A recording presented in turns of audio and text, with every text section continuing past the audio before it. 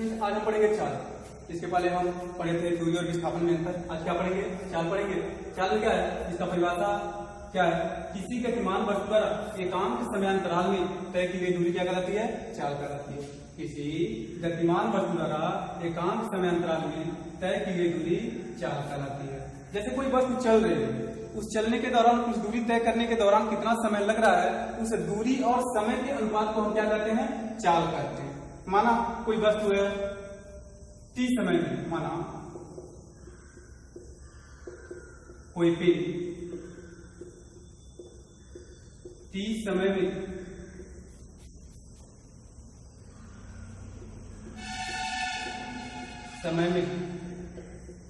s दूरी तय करती है, तो इसका चाल क्या होगा? हम इसके पहले बताए थे जो समय है और उसका जो दूरी है, दोनों का जो अनुपात होगा वह क्या होगा? चाल होगा। तो यहां पर लिख सकते हैं चाल बराबर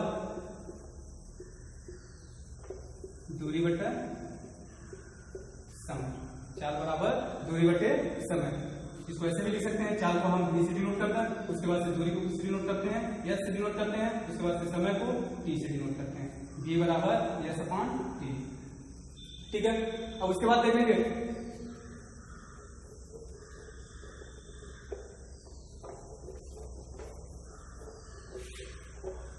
चाल के प्रकार, नहीं चाल का मात्रक। चाल का मात्रक, चाल के मात्रक में देखेंगे चाल का फार्मूला क्या था? चाल बराबर क्या था आपका? दूरी बटा समय। तो दूरी का मात्रक बटे समय का मात्रक। दूरी का मात्रक बटे समय का मात्रक। ठीक है, तो चाल का मात्रक निकल जाएगा बराबर दूरी का मात्रक क्या होता है? मीटर। एमटीएस पद्धति में दूरी का मात्रक क्या होता है? मीटर होता है, और समय का मात्रक क्या होता है? सेकंड। इसको ऐसे भी लिख सकते हैं मीटर प्रति सेकंड। इसको ऐसे भी लिख सकते हैं, मीटर को हम एम से डिनोट करते हैं और सेकंड को किस से डिनोट करते हैं? एस से डिनोट करते हैं, मीटर प्रति सेकंड। या फिर ऐसे लिख सकते हैं मीटर सेकंड इनवर्स। ठीक है,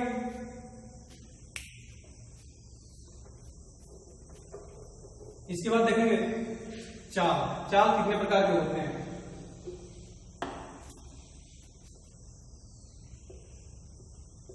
चाल के प्रकार, पहला है इसमें एक समान चाल। दूसरा है आपका असमान चाल। तीसरा है आपका औसत चाल। तो सबसे पहले आप देखें एक समान चाल। एक समान चाल के लिए डिफिनेशन है आपका, यदि कोई वस्तु समान समयांतराल में, यदि कोई वस्तु समान समयांतराल में समान दूरी तय करती है, तो इस प्रकार के चाल को हम क्या कहेंगे? एक समान चाल कहेंगे। जब कोई वस्तु समान समयांतराल में एक समान दूरी तय करती है, इस प्रकार के चाल को हम क्या कहेंगे? एक समान चाल कहेंगे। मान लिया कि कोई वस्तु है, इस पर हम समय को डिनोट कर देते हैं, इस पर दूरी को,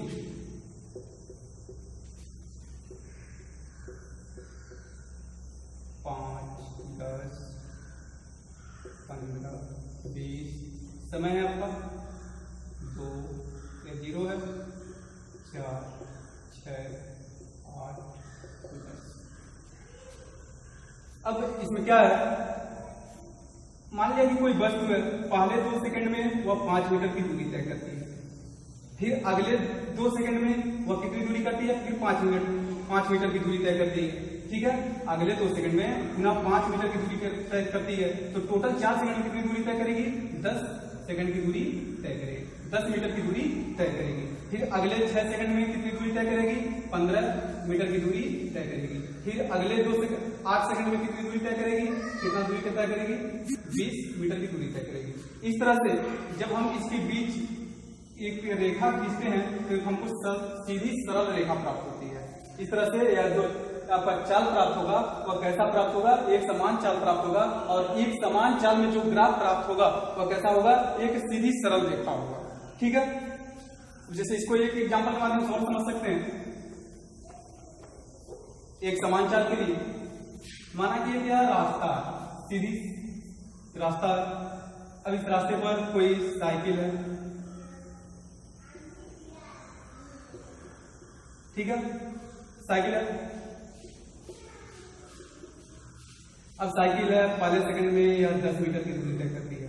पहले सेकंड में यहाँ पर 1 सेकंड, यह 0 से शुरू होता है, यहाँ पर 2 सेकंड, उसके बाद से 3 सेकंड, उसके बाद से 4 सेकंड। पहले सेकंड में 10 मीटर की दूरी तय करती है, फिर अगले सेकंड में कितनी दूरी तय करती है, 10 मीटर की दूरी तय करती है, फिर अगले सेकंड में कितनी दूरी तय करती है, 10 मीटर की दूरी तय करती है, फिर अगले सेकंड में 10 मीटर की दूरी तय करती है। तो इस तरह से मतलब कि प्रत्येक समयांतराल में जो दूरी तय किया जा रहा है वह समान दूरी तय किया जा रहा है। तो इस तरह से हम इसको क्या कह सकते हैं, यह जो साइकिल है, साइकिल सवार है, वह एक समान चाल से आगे की ओर बढ़ रहा है।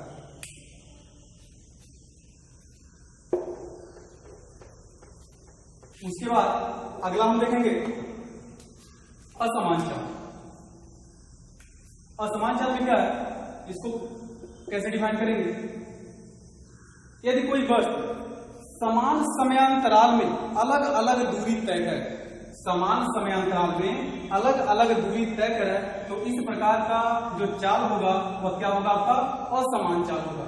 समय जो समयांतराल होगा समान होगा, लेकिन दूरी क्या होगी, अलग अलग होगी, भिन्न भिन्न होगी। तो इस प्रकार का जो चाल होगा उसको हम क्या कहेंगे, असमान चाल कहेंगे। जैसे कि इसी को एग्जाम्पल के माध्यम से देख लो। मान लिया कि अब 5 सेकंड है, यहाँ पर 0 से शुरू हो रहा है, उसके बाद से 2 सेकंड, 3 सेकंड, 4 सेकंड। इसमें दूरी तय किया गया 10 मीटर का, इसमें दूरी तय किया गया 5 मीटर का, इसमें दूरी तय किया गया 8 मीटर का, इसमें दूरी तय किया गया 6 मीटर का। तो इस तरह से जो इसका चाल होगा वह कैसा चाल होगा, असमान चाल होगा।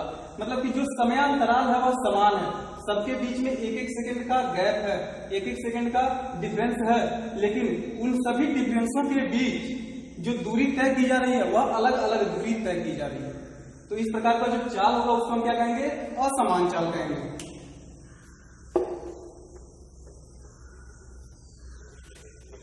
उसके बाद है आपका तीसरा औसत चाल।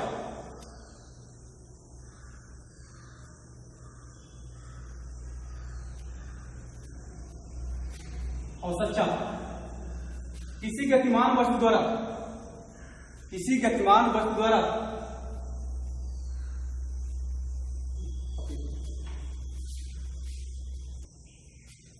देखेंगे औसत चाल। इसमें क्या है, इसको कैसे डिफाइन करेंगे, इसके लिए परिभाषा क्या है, किसी गतिमान वस्तु द्वारा तय की गई कुल दूरी तथा उस दूरी को तय करने में लगने वाला समय का अनुपात क्या कहलाता है, औसत चाल कहलाता है। किसी गतिमान वस्तु द्वारा तय की गई कुल दूरी तथा उस दूरी को तय करने में लगने वाला समय औसत चाल कहलाता है। तो यहां पर लिख सकते हैं औसत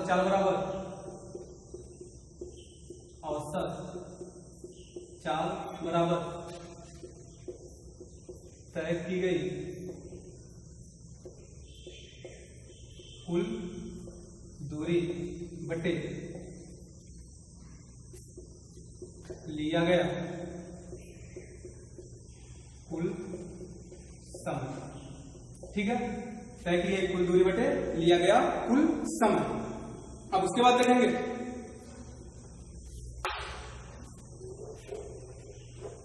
तात्क्षणिक चाल।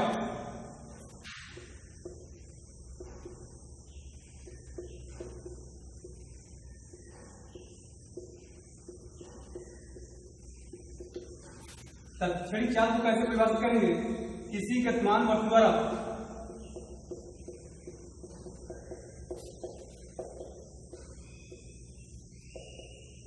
वस्तु द्वारा अल्प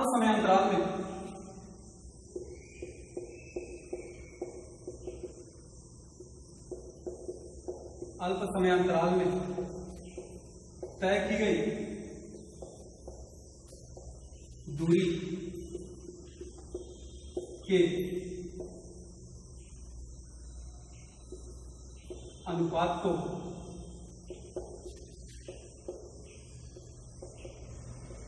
तात्क्षणिक चाल कहते हैं। माना अल्प समय बराबर डेल्टा टी है तथा तय की गई दूरी डेल्टा एस है तो तात्क्षणिक चाल। माना अल्प समय में डेल्टा टी में तय की गई दूरी कितनी है, डेल्टा एस है, तो तात्क्षणिक चाल बराबर हो जाएगा आपका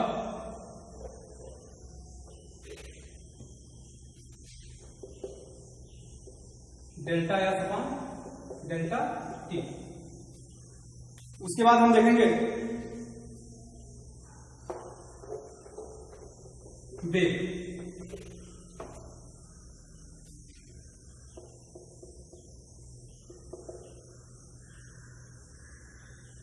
इसका परिभाषा क्या होगा, किसी गतिमान वस्तु द्वारा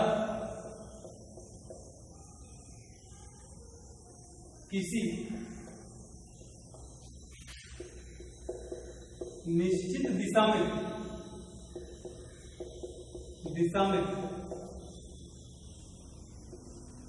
तय किया गया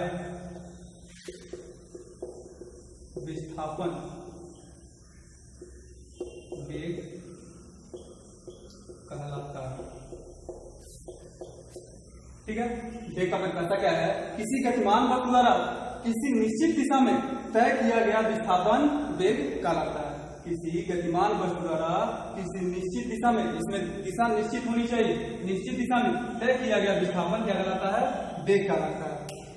वेग का मात्रक, वेग का मात्रक नहीं, वेग का सूत्र देखना, फार्मूला देखना। वेग बराबर क्या होता है, विस्थापन बटे समय। विस्थापन बटे समय। विस्थापन को किसी डिनोट करते हैं, वेग को किसी डिनोट करते हैं, v से डिनोट करते हैं, विस्थापन को किसी डिनोट करते हैं s से, और समय को t से। v बराबर s अपॉन t। ठीक है, अब उसके बाद देखेंगे वेग का मात्रक। क्या, वेग का मात्रक बराबर क्या होगा यहां पर, विस्थापन का मात्रक, विस्थापन का मात्रक बटे समय का मात्रक। विस्थापन का मात्रक क्या होता है, मीटर होता है। समय का मात्रक क्या होता है, सेकंड। इसको ऐसे भी लिख सकते हैं, मीटर प्रति सेकंड। वेग का मात्रक क्या है, बराबर विस्थापन का मात्रक बटे समय का मात्रक। विस्थापन का मात्रक क्या होता है, मीटर होता है, और समय का मात्रक क्या होता है, सेकंड होता है। इसको क्या लिख सकते हैं, मीटर प्रति सेकंड, या फिर आप ऐसे लिख सकते हैं, मीटर सेकंड इनवर्स।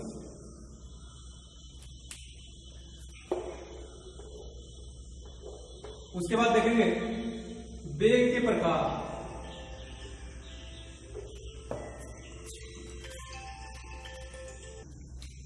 देखेंगे, अब देखेंगे वेग का प्रकार। वेग पहला क्या है, एक समान वेग। एक समान वेग में क्या है, इसको ऐसे परिभाषित करेंगे, किसी गतिशील वस्तु द्वारा एक निश्चित दिशा में समान समयांतराल में तय की गई दूरी, समान समयांतराल में यदि समान दूरी तय होती है तो उसको हम क्या कहेंगे, एक समान वेग कहेंगे। किसी गतिशील वस्तु द्वारा निश्चित दिशा में किसी गतिशील वस्तु द्वारा किसी निश्चित दिशा में समान समयांतराल में समान दूरी जब तय हो रही होती है तो उस प्रकार के वेग को हम क्या करते हैं, एक समान वेग करते हैं। उसके बाद आपका आता है असमान वेग।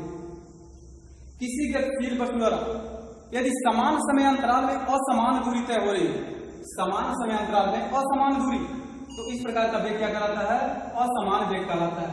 इसके लिए आप एग्जाम्पल देख रहे हैं। एक समान वेग के लिए मान लिया कि यह कोई दिशा है, नियत दिशा है, इसको हम मानना है इस तरह, इसी दिशा में यहाँ पर आपका समय है 0 सेकंड, 1 सेकंड, 2 सेकंड, 3 सेकंड।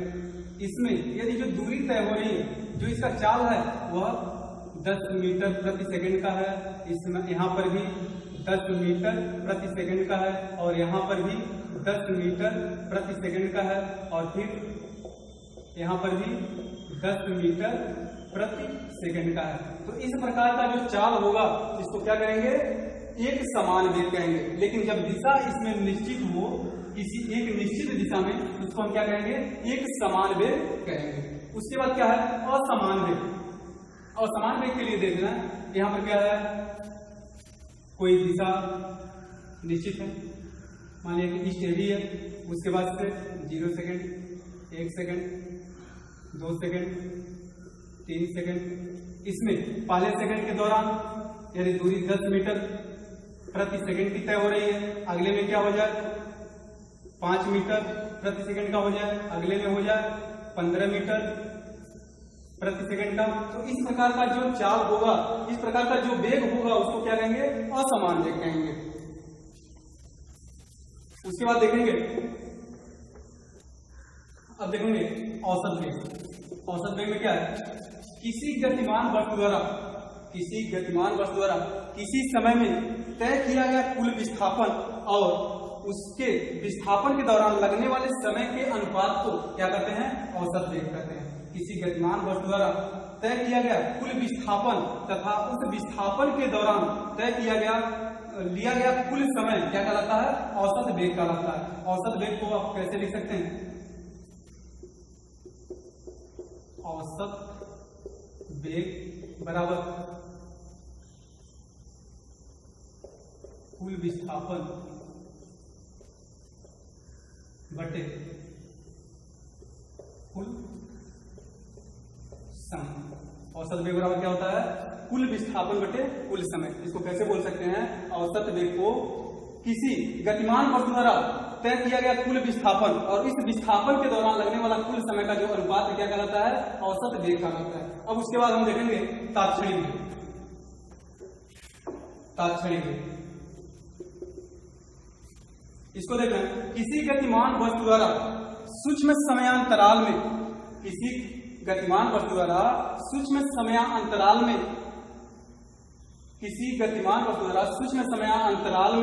तय किया गया सूक्ष्म विस्थापन और सूक्ष्म समयांतराल के अनुपात को क्या कहते हैं, तात्क्षणिक वेग कहते हैं। इसको लिख देते हैं, किसी गतिमान वस्तु द्वारा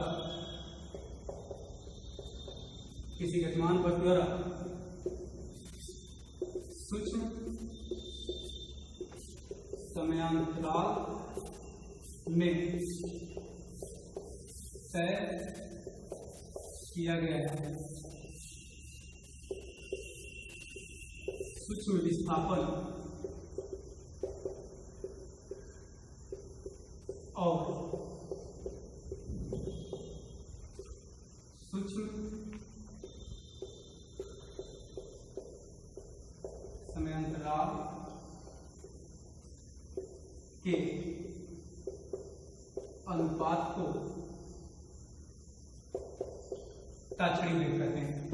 किसी गतिमान वस्तु द्वारा सूक्ष्म समय अंतराल में तय किया गया सूक्ष्म विस्थापन, जब समय सूक्ष्म रहेगा तो इसके द्वारा तय किया गया विस्थापन भी क्या रहेगा, सूक्ष्म रहेगा। और इस जो सूक्ष्म समय अंतराल है इसमें जो विस्थापन तय किया जाता है उसके जो अनुपात हैं, अनुपात को क्या कहते हैं, तात्क्षणिक वेग कहते हैं। तो तात्क्षणिक वेग बराबर क्या हो जाएगा,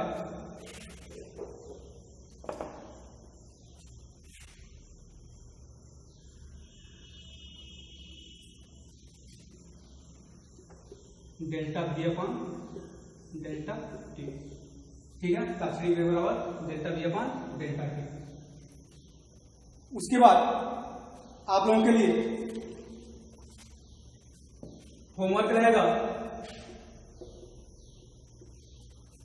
इसको आप खुद कर लेंगे। चाल और वेग में अंतर, चाल और वेग में अंतर, इसको आप होमवर्क में कर लेंगे और क्लियर कॉपी पर कर लेंगे।